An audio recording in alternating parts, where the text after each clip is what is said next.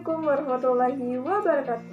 Perkenalkan, nama saya Via Almasita, jurusan Bahasa dan Sastra Indonesia kelas C, angkatan 2020. Di sini, saya akan mempresentasikan tugas hakikat perkembangan peserta didik dengan dosen pengampu Ibu Festanti Novalia Santosa, MPD. Dalam pembahasan hakikat perkembangan peserta didik, saya membaginya menjadi 5 bab. 1. Pendahuluan. 2. Definisi perkembangan peserta didik. 3. Tujuan mempelajari perkembangan peserta didik. 4. Manfaat mempelajari perkembangan peserta didik bagi calon pendidik. 5. Kesimpulan. A. Pendahuluan.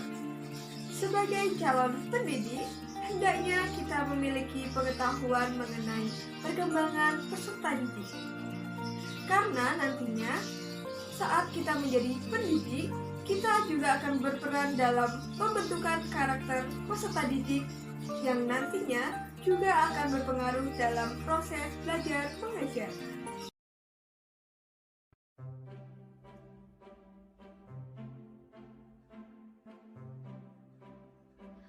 Dua, definisi perkembangan peserta didik. Definisi perkembangan peserta didik menurut beberapa ahli yaitu 1. Menurut Kashiram, perkembangan mengandung makna adanya pemunculan sifat-sifat yang baru yang berbeda dari sebelumnya, mengandung arti bahwa perkembangan merupakan perubahan sifat individu menuju kesempurnaan yang merupakan penyempurnaan dari sifat-sifat sebelumnya. Menurut Santrok Yusen, perkembangan merupakan pola perkembangan individu yang berawal pada konsepsi dan terus berlanjut sepanjang hayat dan bersifat involusi. Dengan demikian, perkembangan berlangsung dari proses terbentuknya individu, dari proses bertemunya sperma dengan sel telur, dan berlangsung sampai akhir hayat yang bersifat timbul adanya perubahan dalam diri individu. Dari beberapa pendapat ahli di atas, dapat disimpulkan bahwa perkembangan adalah proses perubahan individu yang bersifat dinamis, yaitu ke arah kesempurnaan secara terus-menerus sejak lahir hingga akhir hayat.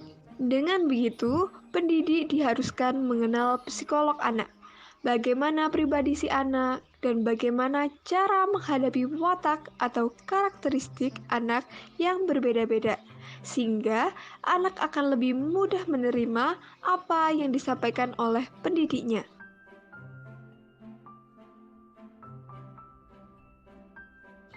Tiga, tujuan mempelajari perkembangan peserta didik. Selain mengetahui perkembangan peserta didik, ada tujuan dalam mempelajari perkembangan peserta didik. Antara lain adalah 1. Agar mempunyai ekspektasi yang nyata tentang peserta didik. 2. Dapat merespon perilaku peserta didik secara tepat. 3. Membantu mengenali adanya penyimpangan yang terjadi pada diri peserta didik. 4. Untuk membantu memahami diri sendiri sehingga dapat berperilaku secara tepat.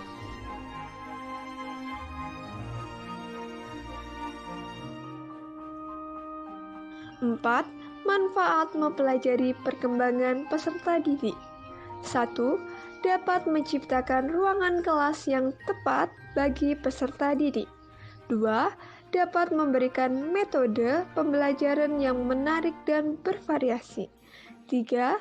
Mengetahui pelajaran seperti apa yang sangat dibutuhkan dan yang kurang dibutuhkan. 4. Memberikan dorongan bagi peserta didik dalam berinteraksi. 5. Dapat mengendalikan diri agar tidak membeda-bedakan anak yang satu dengan yang lainnya. 6. Dapat memahami peserta didik dengan baik.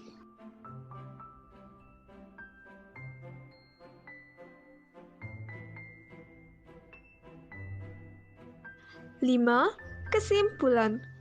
Menurut Santrokyusen, perkembangan merupakan pola perkembangan individu yang berawal pada konsepsi dan terus berlanjut sepanjang hayat dan bersifat involusi.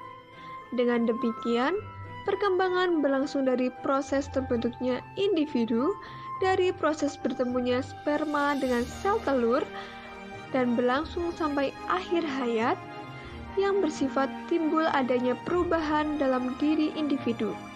Atau bisa disimpulkan perkembangan merupakan proses perubahan individu yang bersifat dinamis ke arah kesempurnaan secara terus-menerus sejak lahir hingga akhir hayat. Dalam menumbuh kembangkan peserta didik, pendidik hendaknya memiliki pengetahuan mengenai perkembangan peserta didik agar mempunyai ekspektasi yang nyata tentang peserta didik sesuai dengan tujuan perkembangan peserta didik. Bukan hanya tujuan, namun juga terdapat manfaat yang diterima pendidik, seperti dapat memahami peserta didik dengan baik, menciptakan ruang kelas, serta metode pembelajaran yang menarik, dan lain-lain.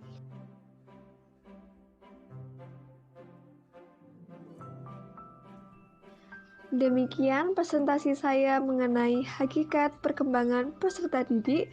Semoga bisa bermanfaat. Akhir kata, wassalamualaikum warahmatullahi wabarakatuh. Terima kasih.